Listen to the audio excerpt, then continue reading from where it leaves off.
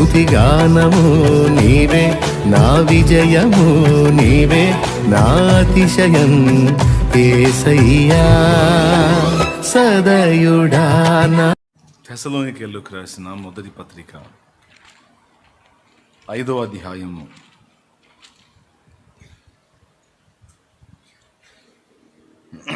తెస్సలోనికీయులకు రాసిన మొదటి పత్రిక 5వ అధ్యాయము 15 వచనం. ఎవడనో కీడునకు ప్రతి కీడు ఎవనికైనను చేయకుండా చూచుకొనుడి. మీరు ఒకని ఎడల ఒకడును మనుషులందరి ఎడలను ఎల్లప్పుడూ మేలైన దానిని అనుసరించి నడుచుకొనుడి. ఎవడును కీడునకు ప్రతి కీడు ఎవనికైనను చేయకుండా చూసుకోండి. మీరు ఒకని ఎడల ఒకడును మనుషులందరి ఎడలను ఎల్లప్పుడూ మేలైన దానిని అనుసరించి నడుచుకోండి. ఎల్లప్పుడూ సంతోషముగా ఉండుడి, ఎడతెగక ప్రార్థన చేయుడి, ప్రతి విషయమునందును కృతజ్ఞతాస్తుతులు చెల్లించుడి. ఇలాగు చేయుట యేసుక్రీస్తునందు మీ విషయములో దేవుని చిత్తము. ప్రభునందు ప్రియులారా, విడి రోజుల్లో జరిగేటువంటి కూటాలలో ఇది చివరి రోజు కింద వస్తుంది కనుక ముగింపు మాటల్లాగా కొన్ని సంగతులను మీతో పంచుకోవాలని ప్రేరేపించబడ్డా. ఈ రోజుకి కీడునకు ప్రతి కీడు ఎవరికైనానో చేయకుండా చూసుకోండి అన్నాడు. నీ ఎడల ఎదుటి మనిషి ఏదైనా కీడు తలపెడితే నీ నిమిత్తమై ఎదుటి వానితో పోరాడి తిరిగి వానికి ప్రతి కీడు చేయడానికి ప్రయత్నించొద్దు. రెండవది,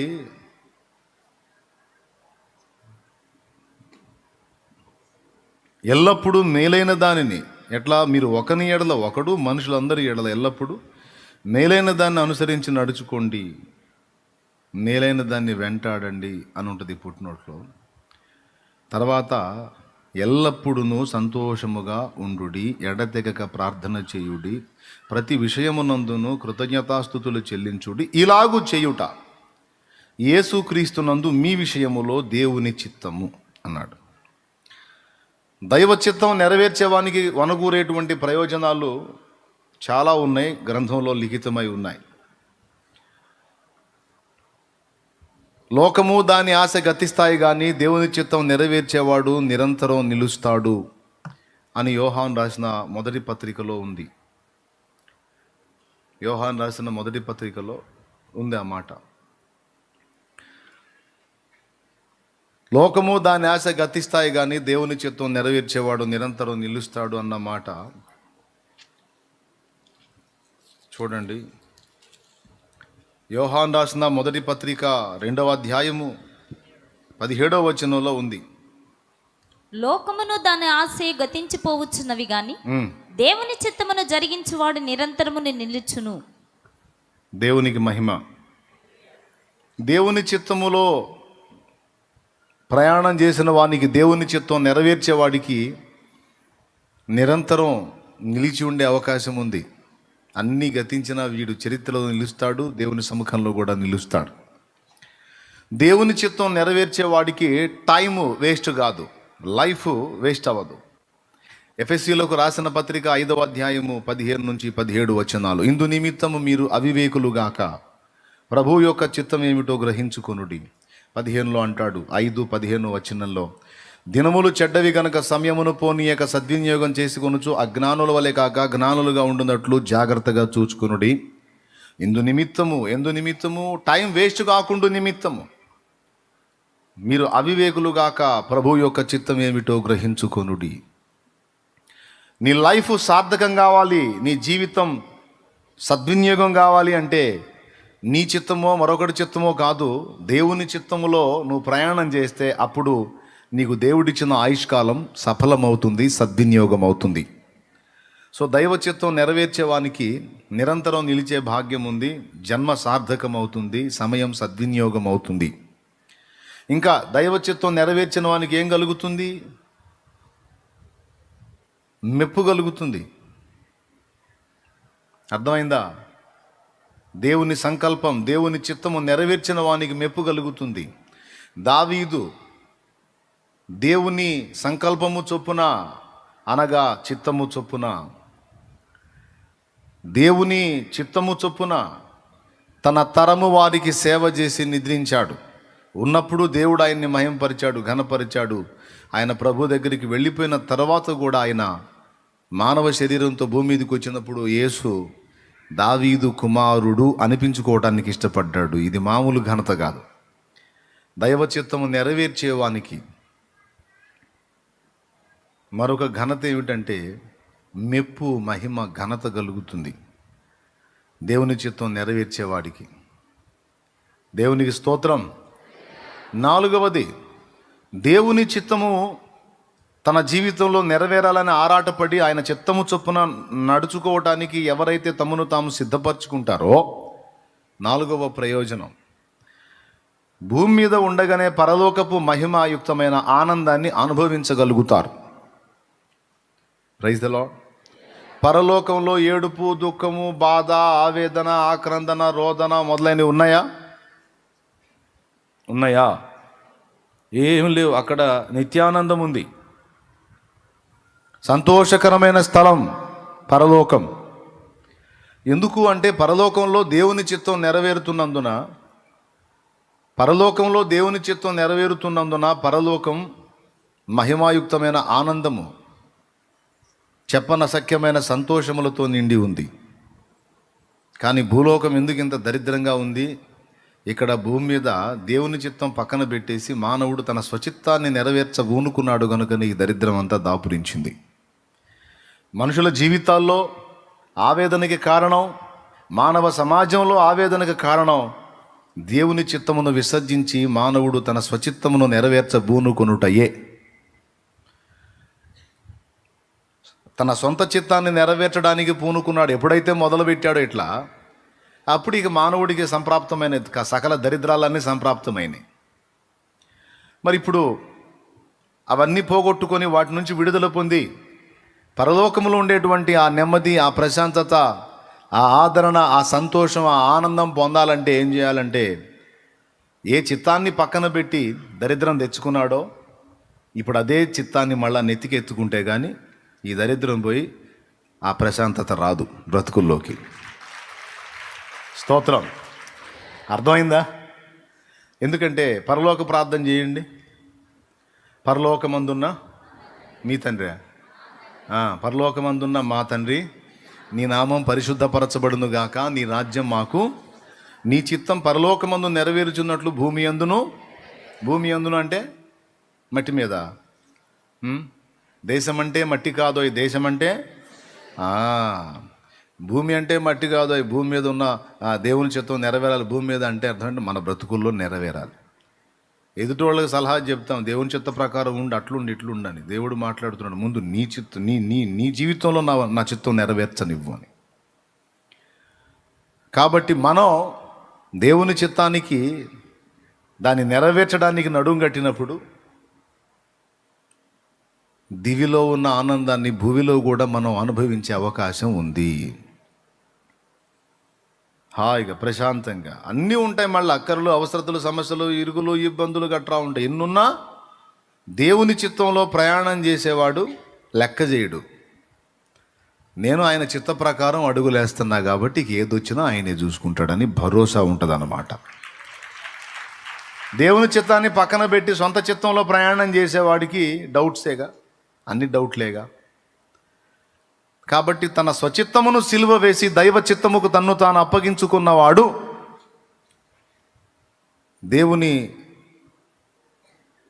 పరలోకములో ఉన్నటువంటి ఆనందాన్ని భూమి మీద పొందగలుగుతాడు.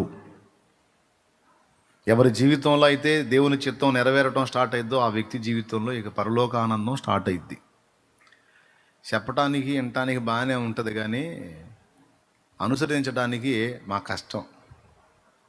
ఎందుకంటే మానవుడి సహజ నైజం ఏంటంటే ఏ కాడికి తనదేందో నెరవేర్చుకోవాలన్న తపనే, కానీ దైవ చిత్తాన్వేషణ అనేది కష్టం.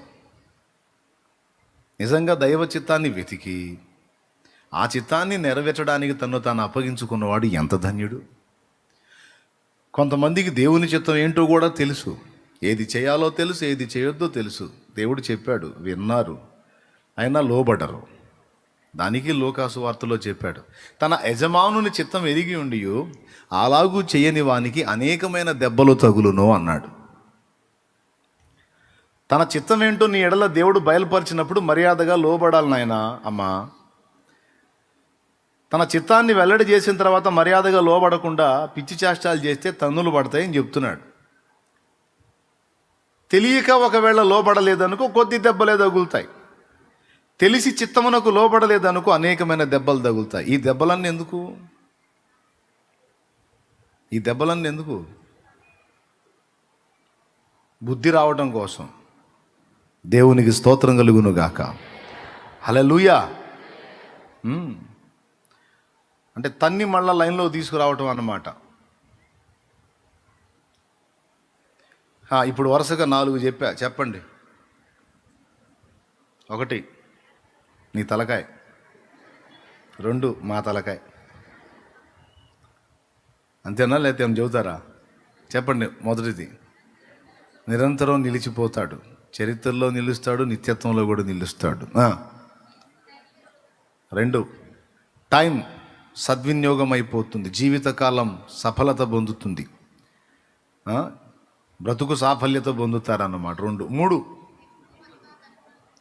మెప్పు పొందుతాడు, చిత్తము నెరవేర్చినోడు. అది కూడా క్షయమయ్యే మనుషులు ఇచ్చే మెప్పు కాదు, అక్షయమైన దేవుని మెప్పు. ఆయన చిత్తం నెరవేర్చిన వానికి. యేసయ్యకు చూడు ఎంత మహిమ వచ్చిందో.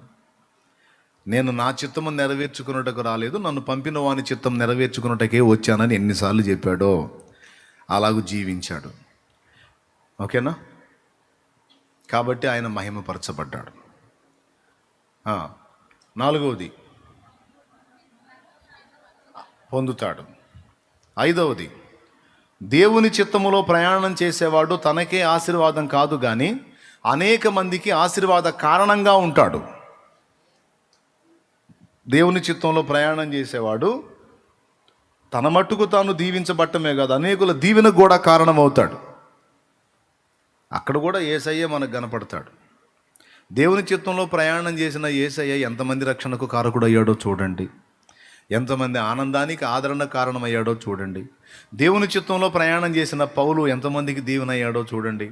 దేవుని చిత్తంలో ప్రయాణం చేసిన అబ్రహాము, హనోకు, నోవహు, అందరి భక్తుల జీవితాల్లో తమ మట్టుకు తామే కాదు కానీ వారు అనేకులకు దీవెనకరంగా ఆశీర్వాద కారణంగా ఉన్నారు. దేవునితో నడిచిన భక్తులు. దేవుని చిత్త ప్రకారం అడుగులు వేసిన మోషే లక్షలాది మందికి దీవెనకరమయ్యాడు. స్తోత్రం. దేవుని చిత్తము నెరవేర్చడానికి పూనుకున్న ఎస్తేరు అవసరమైతే చచ్చిపోతా, కానీ నా దేవుని చిత్త ప్రకారమే నేను ఈ సింహాసనం మీదకి వచ్చా కాబట్టి ఈ అవకాశాన్ని వినియోగించుకొని నా జనులను కాపాడుకోవాలని దైవ చిత్తాన్ని నెరవేర్చ తెగించింది కనుక ఆమె చేసిన ఆ చిన్న కార్యం వాస్తవంగా ఆయన దగ్గరికి వెళ్ళి అడిగింది, ఆయన ఓకే చేశాడు, అయిపోయింది, సింపుల్. కానీ దానికోసం ఆమె చావుకు తెగబడాల్సి వచ్చింది. ఆ కార్యాన్ని బట్టి 66 పుస్తకాల్లో ఒక పుస్తకం ఎస్తేరు కొరకు కేటాయించాడు దేవుడు ఈ గ్రంథంలో. అంతేకాదు ఇంకా బోల్డ్ అన్ని పోలికలు మనకు పాఠాలుగా ఎస్తేరు లైఫ్లో దేవుడు చూపించాడు. కాబట్టి ఎస్తేరు ఎంతమందికి ఆశీర్వాద కారణంగా ఉంది? యావత్తు యూదు జనాంగ మొత్తానికి ఆశీర్వాద కారణంగా ఉంది. దేవునికి మహిమ. ఇప్పుడు జస్ట్ మచ్చుతొనగలాగా ఒక 5 చెప్పా. ఇక ఈ రకంగా మీరు కానీ అన్వేషించుకుంటే ఇన్ని వస్తాయి. 5 కాదు, ఇంకా చాలా ఉన్నాయి. కాకపోతే మన ప్రసంగ అంశం అది కాదు. ఓకేనా? స్తోత్రం చెప్పండి ఒకసారి గట్టిగా. కాబట్టి ఇప్పుడు ఇది దేవుని చిత్తం అన్న మాట కాడ మనం ఇప్పుడు చిత్తం దగ్గరికి వచ్చాం. ఇప్పుడు ఫస్ట్ ఏమి వెతుక్కున్నాం? దైవ చిత్తము నెరవేర్చేవానికి అనుకూరే ప్రయోజనాలు ఏంటి? ఇప్పుడు బెనిఫిట్స్ లేకుండా మనం ఏం చేయంగా, మనం ఏది చేయాలన్నా ఏదో ప్రయోజనం ఉండాల్సిందే. కాబట్టి ముందు అసలు ఈ పని చేస్తే ప్రయోజనం ఏంది అనేది తెలుసుకున్నాం. ఇంతకు ఇప్పుడు 2వ పాయింట్ ఏంటి? దేవుని చిత్తం ఏది? సార్వత్రికంగా ఒక చిత్తం ఉంది, వ్యక్తిగతంగా దేవునికి మన ఎడలో ఒక చిత్తం ఉంది. అంతటా అందరూ మారు మనసు పొందాలి, ఇది దేవుని చిత్తం. అంతటా అందరూ పాప క్షమాపణ నిమిత్తం బాప్తిస్మం పొందాలి. దీనికి మళ్ళీ కొంతమందికి నువ్వు అక్కర్లేదు, నువ్వు బాప్తిస్మం పొందవాకు అని చెప్పటం, కొంతమందికి నువ్వు పొందాల్సిందే అని చెప్పటం. ఏం లేదు, నోరు మూసుకొని అందరూ బాప్తిస్మం పొందాల్సిందే. ఆ అజ్ఞానములో, ఆ అజ్ఞాన కాలములను దేవుడు చూచి చూడనట్టుగా ఊరుకునేను కానీ ఇప్పుడైతే అంతటా అందరూ మారు మనస్సు పొందవలెనని ఏం చేస్తున్నాడు? ఆజ్ఞాపించుచున్నాడు. దేవునికి స్తోత్రం. కాబట్టి మారు మనసు అందరూ పొందాల్సిందే, బాప్తిస్మం అందరూ పొందాల్సిందే, పరిశుద్ధాత్మాభిషేకం అందరూ ప్రార్థించి పొందుకోవాల్సిందే, సువార్త పరిచర్య, సువార్త ప్రకటన అందరూ చేయాల్సిందే, అందరూ ప్రకటించాల్సిందే. నువ్వు రక్షణ పొందావు, ఎవరో చెబితే సత్యం తెలుసుకొని నువ్వు రక్షణ పొందావు. ఎవరో కష్టం చేసి త్యాగం చేసి వాళ్ళ కుటుంబాలను పణంగా పెట్టి వాళ్ళు దెబ్బలు తిని తన్నులు తిని వాళ్ళ బ్రతుకులు వాళ్ళ జీవితాలను అలాగ బలిపీఠం మీద పెట్టి నీకు సువార్త మోసుకొస్తే హాయిగా కూర్చొని దేవుని మాటలు విని రక్షణలోకి వచ్చి హల్లెలూయా స్తోత్రం, హల్లెలూయా స్తోత్రం, యేసయ్యను బట్టి ఎంతో ఆనందంగా ఉంది నాకనే ఆనందపడుతున్నావు. ఎంతోమంది త్యాగం చేస్తే ఆ సువార్త నీ దాకా వచ్చింది. ఈరోజు బ్రతుకులో స్వాంతన లభించింది, అంతేకాదు నిత్య జీవం కూడా చేరగలిగే మార్గము దొరికింది నీకు. మరి ఇతరుల కష్టాన్ని నువ్వు పొందావు సరే, మరి ఇతరుల కొరకు నువ్వేం చేయవా? ఇతరులు త్యాగం చేస్తే నువ్వు రక్షించబడ్డావు, నువ్వు దేవునిలోకి వచ్చావు, నువ్వు దేవుని మహిమాయుక్తమైన ఆనందం పొందుతున్నావు. ఏమండి, అవతలోడు కష్టపడి మన కోసం ఇంత చేసినప్పుడు మనం కూడా ఇంకొకటి కోసం కష్టపడాలి కదా, ఇంకొకరి కోసం కష్టపడాలి కదా.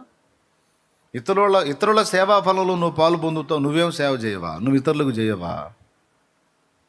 దేవునికి మహిమ.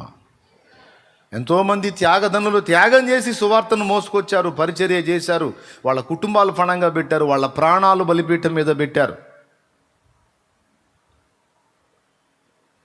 బైబిల్ని తర్జుమా చేసిన ఒక దైవజనుడిని ఒక స్తంభానికి కట్టేసి తారు పోసి నిప్పంటించారు. బైబిల్ని తర్జుమా చేసిన ఒక దైవజనుడిని తెలుసా? అయినా సరే సంతోషంగా దేవుని మహింపరుస్తూ ప్రాణాలు వదిలాడు. మీరు నన్ను కాల్చగలరు కానీ నేను తర్జుమా చేసిన క్రొత్త నిబంధనను నాశనం చెయ్యలేరు. అది కూడా అగ్నే కాబట్టి ఈ అగ్నిని కాల్చలేదు. అగ్ని సమస్తాన్ని దహిస్తుంది కానీ అగ్నిని కాల్చలేదు.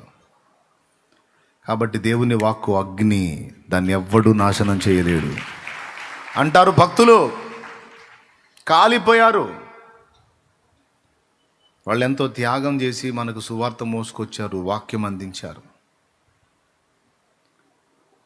ఇతరులకు దేవుని సువార్తను అందించే విషయంలో నీ బాధ్యతను నెరవేర్చాలి. సార్వత్రికంగా అందరికీ దేవుని ఆజ్ఞ ఇది. ఇతరులు అందించినప్పుడు నువ్వు మేలు పొందావు, ఇప్పుడు నీవు కూడా ఇతరులకు మేలు చేయవలసి ఉన్నది. అందుకే దేవుని పనికి వచ్చాను నేను. పాపం ఎంతోమంది కష్టపడి త్యాగం చేసి సువార్తను అందిస్తే నేను పొందాను. మరి ఇంత తెలుసుకొని మరి నేను ఇతరుల త్యాగాలు ఎరిగిన నేను నా అదృష్టం కొద్దీ పి ఉపేందర్ అనే దైవజనుడు హైదరాబాద్లో నేను ఉన్నప్పుడు ఆయన ఒక మ్యాగజైన్ వేశారు, రూపాంతరం అని ఒక మ్యాగజైన్ వేశారు. అందులో ఇటుపక్క కవర్ పేజీలో, బ్యాక్ సైడ్ కవర్ పేజీలో ఒక్కొక్క దైవజనుడి జీవితాన్ని రాసేవాడు. ఆ మ్యాగజైన్ చదివినప్పుడు ఒక్కోసారి అందులో ఉన్న స్టోరీ చదివి ఏడ్చుకుంటూ కూర్చునేవాడిని. జిమ్ ఎలియట్ స్టోరీ చదివాను, డేవిడ్ బ్రైనార్డ్ స్టోరీ, అట్లా డేవిడ్ లివింగ్స్టన్, కొంతమంది భక్తుల స్టోరీస్, కొత్త దైవజనులు, మనకు గుర్తింపు లేని దైవజనులను కూడా తీసుకొచ్చి రాసేవాడు ఆయన. వాళ్ళ దేవుని కోసం చేసిన త్యాగాన్ని చదివినప్పుడు కూర్చొని ఏడ్చుకునేవాడిని. అరే సువార్త వ్యాప్తి కోసం వీళ్ళు ఇంత త్యాగం చేశారు, నేనేం చేయలేకపోతున్నాను ఏంటి నాయన? నాకు ఈ బంధకాలేంది, ఈ ఆర్థిక పరిస్థితులేంది, ఈ అప్పుల బాధలేంది, ఈ సంఖ్యలు ఎప్పుడు తెగిపోతాయి? నేను ఎప్పుడు నా దేవుని పనిచేయాలి? నాకు దేవుని వాక్యం అందించడానికి, నాకు సువార్తను అందించడానికి, నాకు నా యేసయ్యను పరిచయం చేయడానికి భక్తులు ఇంత బలి కావాల్సి వచ్చిందా? ఇంత త్యాగం చేయాల్సి వచ్చిందా? అయ్యో, మరి నేనేం చేయట్లేదేంది? ఇతరుల కష్టాన్ని నేను అనుభవిస్తున్నాను. కానీ నేను ఇతరుల కొరకు ఏమీ చేయలేకపోతున్నాను ఏంటి అని ఏడ్చుకున్నాను. దేవుడు నా కన్నీళ్లు చూచాడు, నాకు అవకాశం ఇచ్చాడు ఆయన పరిచర్య చేయటానికి. హల్లెలూయా. ఇప్పటికీ తృప్తి లేదు, నిజం. ఏదో మెహర్బానీ కోసం చెప్పట్లా, ఇప్పటికీ తృప్తి లేదు. ఇంకా చేయాలి, ఇంకా చేయాలి. ఇదెంత అన్నట్టుంది నాకు. అబ్బో ఇక చాలే అన్నట్టు కాదు, ఇది ఎంత ఇంకా చెయ్యాలి అన్న ఆరాటమే ఉంది. అందుకే మొన్న ఒక మాట అంటే బోర్ను ఏడుపు మొదలెత్తారు. దేవునికి స్తోత్రం కలుగునుగా. హల్లెలూయా.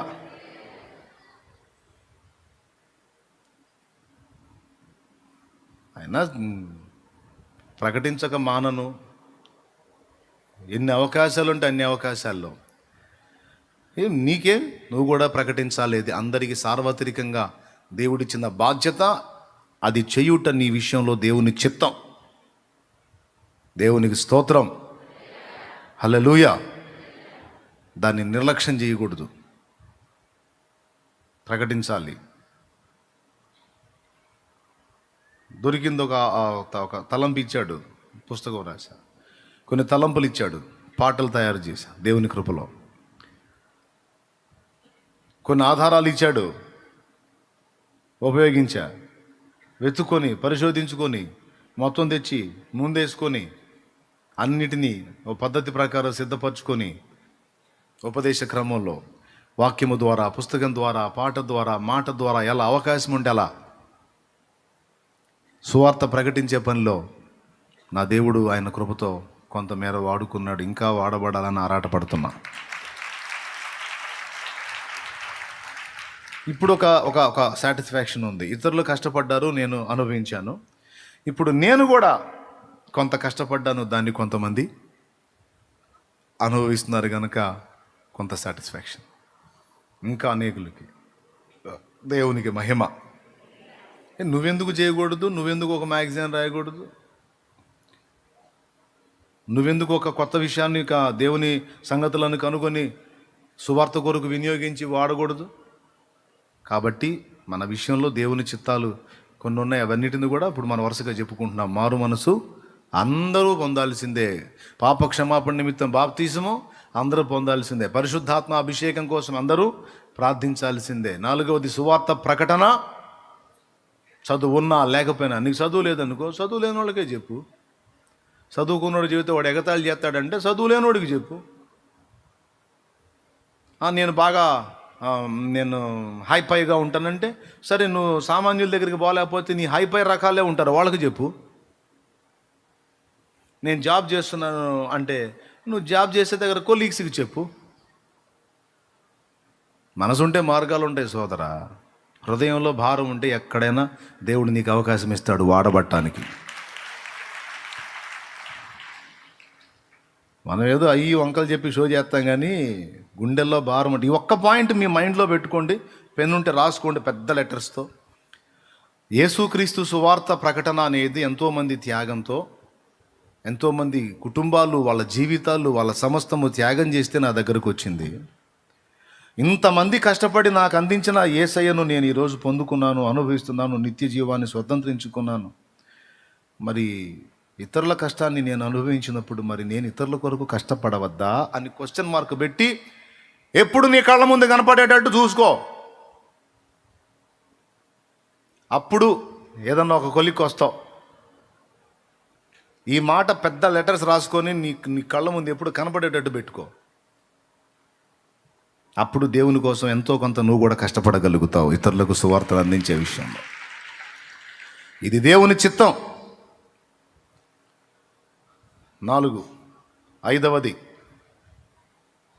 కడగబడిన పంది మలరా బుర్రలోకి పొల్లినట్లు కుక్క తన వాంతికి తిరిగినట్టు తిరగకూడదు. ఒకప్పుడు పాపులమై ఉన్న ఆయన రక్తంతో పరిశుద్ధపరిచాడు కాబట్టి ఇక మళ్ళా చెడుగులోకి వెళ్ళకూడదు. దేవుని కన్ను కప్పుతున్నాను, మనుషుల్ని మోసం చేస్తున్నాను, మనుషుల్ని మాయ చేస్తున్నాను అనుకునేవాడు దేవుణ్ణి మనుషుల్ని కాదు తన్ను తానే మోసగించుకుంటున్నాడు. ఎవరినో నష్టపుచ్చడం కాదు, తానే నష్టపోయే అవకాశం ఉంది.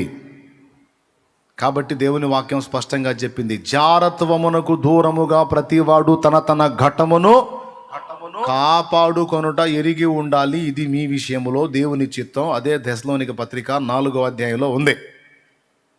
జస్ట్ ఇటు పక్క పేజీ చూడు, ఇటు పక్క అర్థమైపోయింది ఏముంది. ఆ 4-5 వచనాలు చదువు. 4వ అధ్యాయం 4-5 వచనాలు. మీలో ప్రతి వాడును దేవుని ఎరుగని అన్యజనుల వలె కామాభిలాష యందు కాక పరిశుద్ధత యందును ఘనత యందును తన ఘట్టమును ఎట్లు కాపాడుకొనవలెను అది ఎరిగి ఉండుటే దేవుని చిత్తము. అది ఫస్ట్ దేవుని చిత్తం నెరవేర్చేవాడి కొనుగోరే ప్రయోజనాలు ఏంటో చెప్పుకున్నాం. ఇప్పుడు దేవుని చిత్తం ఏంటో వెతుక్కుంటున్నాం. సార్వత్రికంగా అంటే అందరూ ఫాలో అవ్వాల్సినవి. తర్వాత వ్యక్తిగత చిత్తం కూడా ఒకటి ఉంటుంది. వ్యక్తిగతంగా నా విషయంలో దేవునికి కొన్ని ఉద్దేశాలు ఉన్నాయి, అవి నేను నెరవేర్చాల్సి ఉంది. అట్లా మీకు వ్యక్తిగతంగా మీకు కొన్ని పర్సనల్ ఇస్తాడు, నువ్వు ఇట్లా చేయి, ఈ విషయం ఇట్లా చేయాలి, అది వేరు. ఇప్పుడు సార్వత్రికంగా అంటే అందరూ ఖచ్చితంగా చేయాల్సినవి చెప్తున్నాను నేను, అందరూ చేయాల్సినవి. 5వది ఏమిటి? ప్రతివాడు తన ఘటమును దేనికి దూరంగా? జారత్వమునకు వ్యభిచారమునకు దూరముగా తన శరీరమును, ఘటము అంటే కుండ అని అర్థం వస్తుంది. శరీరాన్ని కుండతో పోల్చాడు. మిడిసిపడవాకురా కుండ పగిలిపోద్దని, మనకు సింపుల్గా చెప్పటానికి. దేవునికి స్తోత్రం. యవన పొంగు, కామ వికారం, అన్యజనుల వలె కామాభిలాష యందు గాక పరిశుద్ధత యందు, నీతి యందు ప్రతివాడు తన ఘటమును కాపాడుకొనుట ఎట్లో అది ఎరిగుండుట దేవుని చిత్తం. అంటే ఏం చెబుతున్నాడు? ఇంతకు ముందు అంటే మీరు అన్యజనుల్లో ఉన్నారు కాబట్టి మీరు ఎట్లా పడితే అట్లా నడిచారు బాబు. ఇప్పుడు ఆయన రక్తం చేత విమోచించి విశ్వాసమును బట్టి మిమ్మల్ని దేవుని కుమారులుగాను కుమార్తెలుగాను చేశాడు. స్తోత్రం, హల్లెలూయా. కనీసం ఆ పేరును బట్టైనా ఇప్పుడు నువ్వు జాగ్రత్త పడాల్సి ఉంది. ముఖ్యంగా ఏ పేరును బట్టి? దేవుని కొడుకువి, దేవుని కూతురువి కనుక ఆ లక్షణం కనపడాలి, ఆ జాతి లక్షణం కనపరచాలి. ఆ విషయాన్ని బట్టైనా మనం జాగ్రత్త పడాలి. ఎట్లా పడితే అట్లా అన్యజనుల్లాగా విచ్చలవిడి లైంగిక జీవితాలు జీవించకూడదు, స్పష్టంగా చెప్పాడు. అంతకుముందులాగా నేను ఎట్టబడితే అట్టు ఉంటాను, ఏం పర్వాలేదంటే తన్నులు పడతాయి. ఊరుకోడు. ఎట్లా పడితే అట్లా ఉంటానంటే ఎట్లా ఊరుకుంటాడు? పందిని తెచ్చి గొర్రెలాగా చేశాడు, మళ్ళీ పోయి నేను బురదలోనే పడతానంటే ఇక పంది కన్ఫామ్ చేసుకొని వదిలేస్తాడు సావని. అర్థమైందా? కడిగి పరిశుద్ధపరిచాడు కాబట్టి ఇక గొర్రె పిల్లలాగా బతకమన్నాడు. ఎంతమందికి అర్థమైంది? ఏమర్థమైంది? దేవుడు కృపగలవాడు, ప్రేమ గలవాడు, దయగలిగేవాడు కాబట్టి నేను ఎట్ట పడితే అట్ట ఊరేగుతానని అనుకోవాకు. నువ్వు ఎట్లా పడితే అట్లా ఊరేగటానికి, నేను ఎట్ట పడితే అట్ట పొర్లాడటానికి కాదు. ఆయన కల్వరి శిలువలో ప్రాణం పెట్టింది.